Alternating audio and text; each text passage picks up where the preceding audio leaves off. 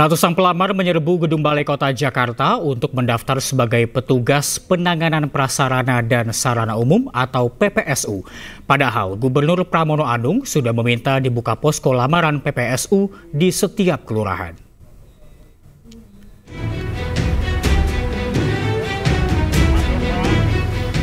Sejak pagi tadi, ratusan pelamar PPSU terus berdatangan ke kantor Gubernur DKI di Gedung Balai Kota Jakarta, Jalan Medan Merdeka Selatan, Gambir, Jakarta Pusat.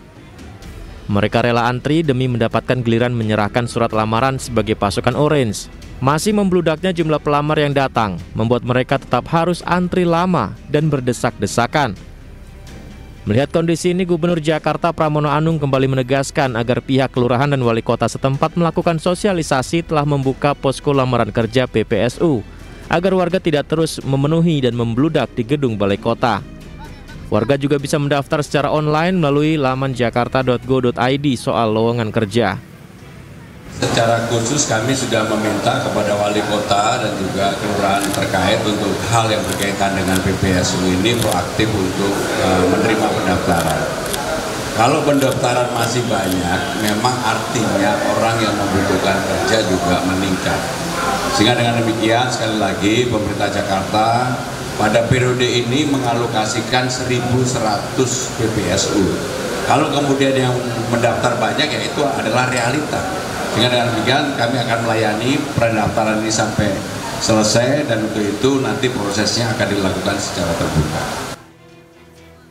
Mereka mengaku tak mengetahui jika kantor kelurahan dan wali kota setempat telah membuka posko lamaran kerja serupa karena belum ada pemberitahuan. Dari grup RT. Oh, grup RT. Ya. RT yang share. Karena dari kelurahan katanya nggak ada. Oh, dari kelurahan nggak ada. Belum dapat info juga dari kelurahan. Selain kuota 1.100 orang untuk posisi sebagai petugas PPSU, pemerintah Provinsi Jakarta juga membuka lowongan pekerjaan sebagai petugas damkar, pasukan biru atau dinas tata air dan pasukan hijau atau dinas pertamanan. Sejak lowongan kerja dibuka, sebanyak 7.000 lebih warga telah memasukkan surat lamaran mereka. Dari Jakarta, Rani Sanjaya, iNews melaporkan. Sebelumnya antusiasme tinggi ditunjukkan warga dalam mendaftar sebagai petugas PPSU. Warga memadati balai kota untuk mengikuti proses pendaftaran.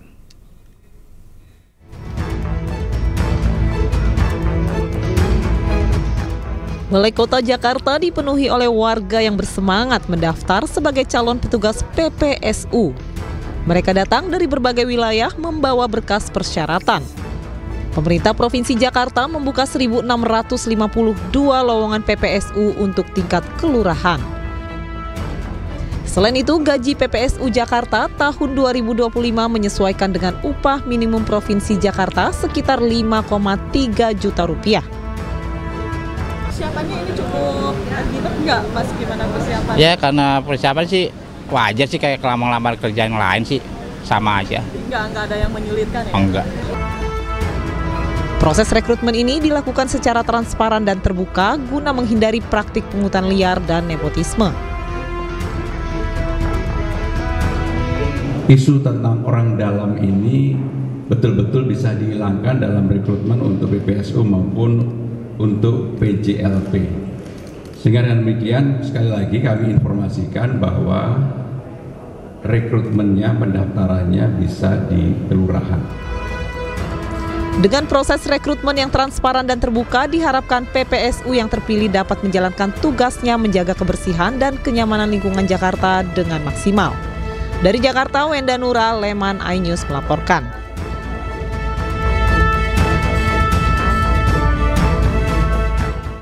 Kita beralih ke informasi lain. Pemirsa, Menteri Agama Nasaruddin Umar mengaku akan menelusuri lebih lanjut terkait sebuah perusahaan di Surabaya yang memotong gaji karyawannya karena menjalankan ibadah sholat Jumat lebih dari 20 menit.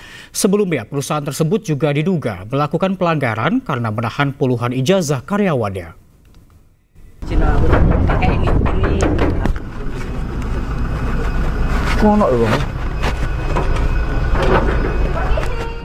Sebuah perusahaan di Surabaya, Jawa Timur bernama UD Sentosa Sale tengah menjadi sorotan karena diduga memotong gaji karyawannya jika menjalankan ibadah sholat Jumat.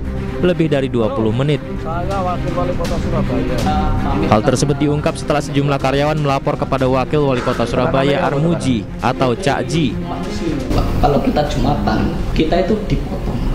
Loh, Jumatan dipotong? Iya. 15 Jumatan dipotong. Saya kalau keluar Jumatan maksudnya. 10.000. Menanggapi dugaan pemotongan gaji karena beribadah, Menteri Agama Nasaruddin Umar mengaku akan mempelajari kasus tersebut. Kendati demikian, hingga kini belum ada laporan resmi terkait dugaan pelanggaran tersebut. Gimana, Po? Karyawannya yang mau sholat Jumat itu menyikapinya tegas atau seperti apa? Ya, saya akan pelajari pendapat yang lain.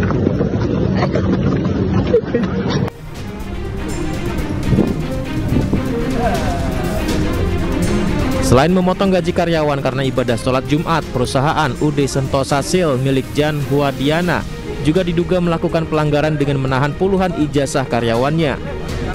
Wakil Menteri Tenaga Kerja Immanuel Ebenezer bersama Wakil Wali Kota Surabaya Armuji sempat menyidak perusahaan tersebut pada 17 April 2025 lalu. Dalam sidak ini, Wamenaker mengaku sangat kesal dengan Jan Huadiana, pemilik perusahaan yang dinilai tidak kooperatif dan selalu berkelit.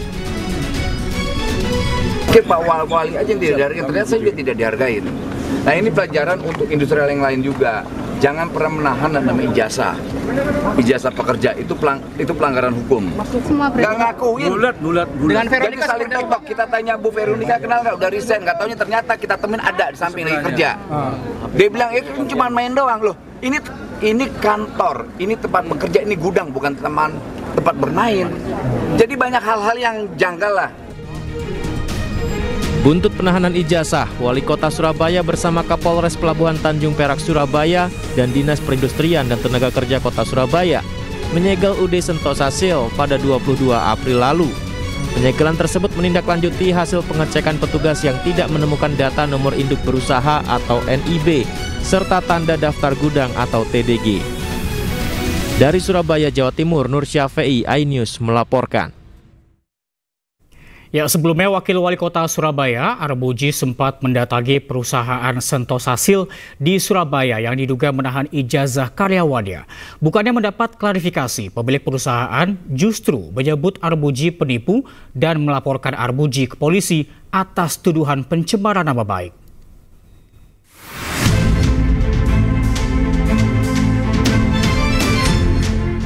Kasus penahanan ijazah ini terkuak berkat video viral Wakil Wali Kota Armuji di media sosial yang membantu mengambilkan ijazah mantan karyawan yang ditahan oleh perusahaan Diana dengan mendatangi UD Sentosa Sil. Situasi memanas saat Diana justru mengatakan Cak Ji seorang penipu. Ini Wakil Wali Kota, Bu? Iya. Iya. Halo? Urusannya apa, Pak? Urusannya apa? Ini ada warga saya ditahan ijazahnya. Mau wakil wali kota, mau apa? Sampean kalau ada keluhan ke polisi aja. Hei, kamu warga Surabaya apa warga luar negeri ngomong gitu itu? Saya nggak kenal sampean, Sama yang punya perusahaan ya? Iya. Sampean penipuan. Saya nggak kenal sampean ya, sorry ya. Nipu kamu itu, hei. Siapa saya nggak kenal. Hei, kamu ada di dulu. Selain menyebut Armuji sebagai penipu, Diana juga melaporkan Armuji ke Polda Jatim atas kasus pencemaran nama baik karena membuat konten mendatangi tempat usaha pelapor yang diduga menahan ijazah karyawannya hingga konten tersebut viral.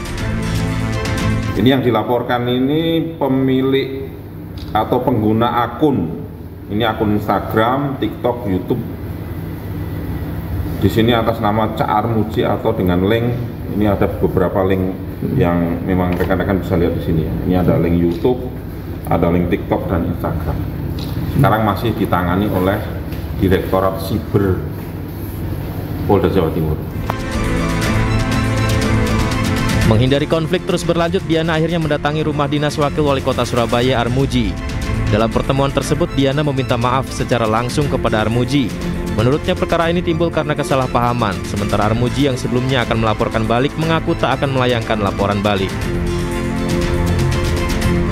Dengan rendah hati itu saya ingin memohon permintaan maaf, ya, dan khususnya untuk menyelesaikan masalah yang terjadi akhir-akhir ini. yang membuat kegaduhan, ya khususnya untuk seluruh warga Surabaya dan masyarakat Indonesia. Pertama-tama sekali saya itu ingin memohon maaf kepada Cak Armuji ya, karena semua ini dasarnya kesalahpahaman. Saya sebagai seorang muslim, apalagi ini masih di bulan Syawal, dengan tulus mereka minta maaf, baik itu secara pribadi, saya sebagai Armuji dan kepala daerah, wakil wali kota Surabaya, mereka juga minta maaf kepada warga Surabaya, masyarakat Indonesia. Dan sudah, saya juga memaafkan karena ini memang sebagai manusia tentunya tidak luput dari suatu. Kendati sudah meminta maaf, hingga kini Diana belum mencabut laporannya di kepolisian. Dari Surabaya, Jawa Timur, Tim Liputan iNews melaporkan. Kita awali iNews sore hari ini pemirsa dengan informasi kebakaran melanda permukiman padat penduduk di Jalan Kalibaru Timur, Senen, Jakarta Pusat. Akibatnya 8 rumah warga ludes terbakar. Penyerangan dari arah utara, medium, Kemayoran. 2 nosel. Tugas damkar berjibaku berupaya memadamkan api. Api berkobar hebat, membakar sejumlah rumah di permukiman padat penduduk yang berlokasi di Jalan Kalibaru Timur, Senen, Jakarta Pusat. Bakaran berawal dari api yang pertama kali muncul dari atap salah satu rumah hingga merambat ke bangunan lain di sekitarnya. Diduga kebakaran disebabkan oleh korsleting listrik. Petugas mengerahkan 23 unit mobil damkar ke lokasi untuk memadamkan api. Terjadi kebakaran di Jalan Kalibaru Barat, RT 16 RW 1, Kelurahan Bungur, Kecamatan Senen. Saat itu juga langsung unit terdekat kami dari Pos Bungur meluncur ke TKP dan alhamdulillah dalam kurun waktu kurang lebih 20 menit sudah bisa kita lokalisir lokasi kebakaran sehingga tidak menimbulkan perambatan ke rumah-rumah yang lain. Dan untuk unit yang kami kerahkan tadi kurang lebih sebanyak 23 unit dengan kurang lebih banyak 80. Sedikitnya 8 rumah warga ludes terbakar, sementara kerugian ditaksir mencapai miliaran rupiah. Dari Jakarta, Rani Sanjaya, iNews melaporkan.